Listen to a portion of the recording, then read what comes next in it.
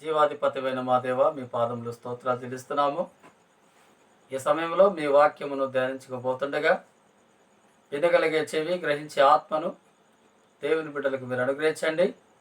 వాక్యము ద్వారా ఆదరణ, క్షేమాభివృద్ధి, ఆశీర్వాదం దయచేయమని ప్రభు అయిన యేసు నామమున ప్రార్థించి వేడుచున్నాము తండ్రి, ఆమేన్. ప్రియమైనటువంటి దేవుని బిడ్డలారా, యేసుక్రీస్తు వారి నామమున మీ అందరికీ శుభాభివందనము తెలియజేస్తున్నాము. ఈరోజు దైవ ధ్యానమునందు దేవుని వాక్యములో నుండి కొన్ని సంగతులు మనం ధ్యానించుకోవటానికి ప్రయత్నం చేద్దాం.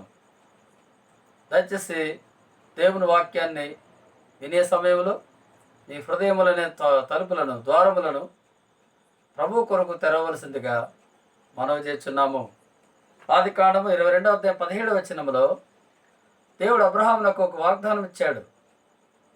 నేను నిన్ను ఆశీర్వదించేదను, ఆకాశ నక్షత్రముల వలెను, సముద్ర తీరమందలి ఇసుక వలెను నీ సంతానమును విస్తరింపజేసేదనని దేవుడు తన దాసుడైనటువంటి అబ్రహామునకు తెలియజేశాడు. ప్రేమైన సహోదరి సహోదరుడా, అబ్రహామును ఆశీర్వదించుటకు అబ్రహాములో కొన్ని కారణాలు ఉన్నాయి. వాటిని కూడా మనం కలిగి ఉంటే మరి అబ్రహామును ఆశీర్వదించిన దేవుడు మనల్ని కూడా ఆశీర్వదించాలని కోరుతున్నాడు. అందులో మొదటిది దేవుని వాక్యములో ఆదికాండము 15వ అధ్యాయం 6వ వచనములో అతడు యెహోవాను నమ్మెను అని వ్రాయబడింది. అనగా అబ్రహాము దేవుని నమ్మినాడు. ప్రభువును నమ్మినటువంటి వారిని ఆయన ఆశీర్వదించేవాడిగా ఉన్నాడు. లోకములో రాజులు నమ్ముకున్నట్టు కంటే, మనుషులు నమ్ముకున్నట్టు కంటే యెహోవాను ఆశ్రయించటం మేలని బైబిల్ గ్రంథం సెలవిస్తుంది. కాబట్టి రాజులను నమ్ముకున్నట, మనుషులు నమ్ముకున్నట వ్యర్థం, సమయం కూడా వృధా అయిపోతుంది. కనుక దేవుడు నిన్ను ఆశీర్వదించాలంటే, ప్రభు నిన్ను దీవించాలంటే, ప్రభు నిన్ను జ్ఞాపం చేసుకోవాలంటే, ప్రభు నీకు వాగ్దానం నెరవేర్చాలంటే నీ జీవితంలో లేక మన యొక్క జీవితాల్లో ప్రభువును మనం నమ్మేవారుగా ఉండాలి. పరిస్థితులు ఎక్కడ కూడా బాగలేవు. ఇర్మీయా గ్రంథం 9వ అధ్యాయం 4వ వచనంలో ప్రతివాడును వారి వారి పొరుగు వారి విషయమై జాగ్రత్తగా ఉండవలను అని దేవుని వాక్యం సెలవిస్తుంది. కనుక ప్రేమైన వాళ్ళరా, అబ్రహాము దేవుని నమ్మినాడు, దేవుడు ఆయనను ఆశీర్వదించినాడు. ఆకాశ నక్షత్రముల వలెను, సముద్ర తీరమందలి ఇసుక వలెను ఆయన సంతానమును ఆశీర్వదించినాడు. ఆయన కుటుంబాన్ని కూడా ఆశీర్వదించినాడు. ఆర్థికమైనటువంటి పరిస్థితులను కూడా దేవుడు ఆశీర్వదించినాడు. ప్రభు ఆయనను ఆశీర్వదించినట్లుగా దేవుడు నిన్ను, నన్ను, మనందరూ కూడా ఆశీర్వదించును గాక. దేవుడు నిన్ను దీవించును గాక. అయితే ప్రభువు నమ్ము, పూర్తిగా విశ్వసించు, ఆయన ఎందు నమ్మకం వచ్చు. ఆయన ఎందు మనం నమ్మకం వచ్చిన ఏడల ఆయన ఆశీర్వదించే దేవుడుగా ఉన్నాడు. ఇది మొదటి సందర్భం. రెండవ సందర్భంలో ఆదికాండము 22వ అధ్యాయం 12వ వచనములో దేవుని దూత పరలోక రాజ్యము నుండి దిగివచ్చి అబ్రహాముతో ఇలాగ సెలవిచ్చినాడు. అబ్రహామా, దేవునికి ఇవ్వాల్సినటువంటి అర్పణమును నీవు ఇవ్వకుండా ఎనికి తెలియదు కాబట్టి నీవు దేవునికి భయపడేవాడు అని ఇందువలన నాకు కనబడుచున్నది.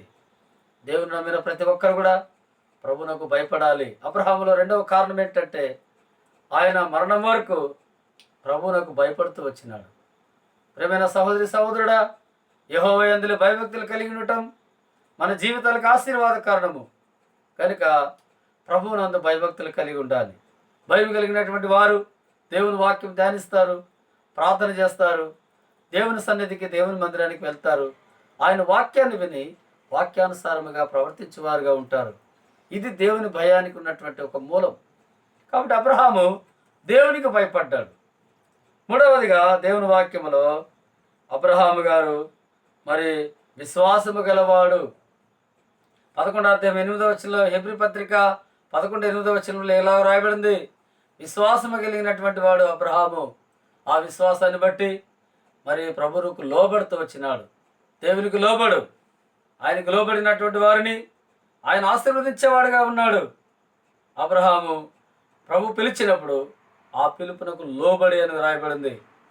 మరి ఈ దినాలలో ప్రభువుకు లోబడక అనేకమైనటువంటి నష్టాలను మనం ఎదుర్కొంటున్నాం. అనేకమైన సమస్యలు మనం ఎదుర్కొంటున్నాం. అనేకమైనటువంటి పోరాటాలు, శ్రమలు మనం ఎదుర్కొంటున్నాం. కనుక ప్రేమైన సహోదరి సహోదరుడా, ఈ చివరి దినాల్లో దేవుని ఆజ్ఞకు లోబడు, దేవుని మాటకు లోబడు. మరి దేవుని వాక్యం సెలవిస్తుంది, సమూయేలు మొదటి గ్రంథం 15:22 వచనంలో, మాట వినుట శ్రేష్టము, బలులు అర్పించుట కంటే మాట వినుట శ్రేష్టమని దేవుని వాక్యం సెలవిస్తుంది.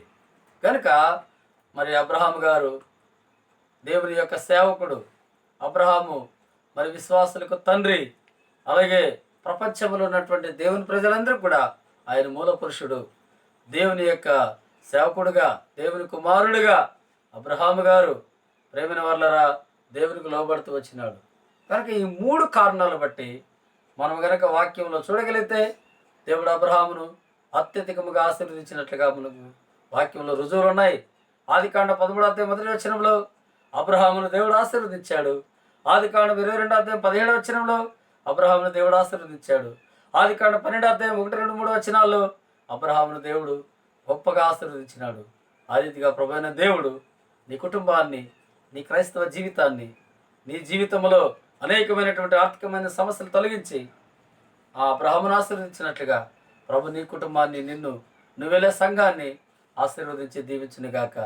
ఈ వాక్యాన్ని దేవుడు మీ హృదయాలలో నాటి మరి గొప్పగా మరి ఆకాశమును అలాగే సముద్ర తీరమంది ఇసుకను దేవుడి జ్ఞాపం చేసుకొని పరసంబంధమైన ఆశీర్వాదముతోను భూసంబంధమైన ఆశీర్వాదముతోను అబ్రహామును నింపిన దేవుడు మిమ్మల్ని కూడా నింపునుగాక అని దేవుని సన్నిధిలో మనవి చేస్తున్నాం. ప్రేమైన వాళ్ళరా, దేవుని వాక్యం విన్నటువంటి నీవు తీర్మానం చేసుకో.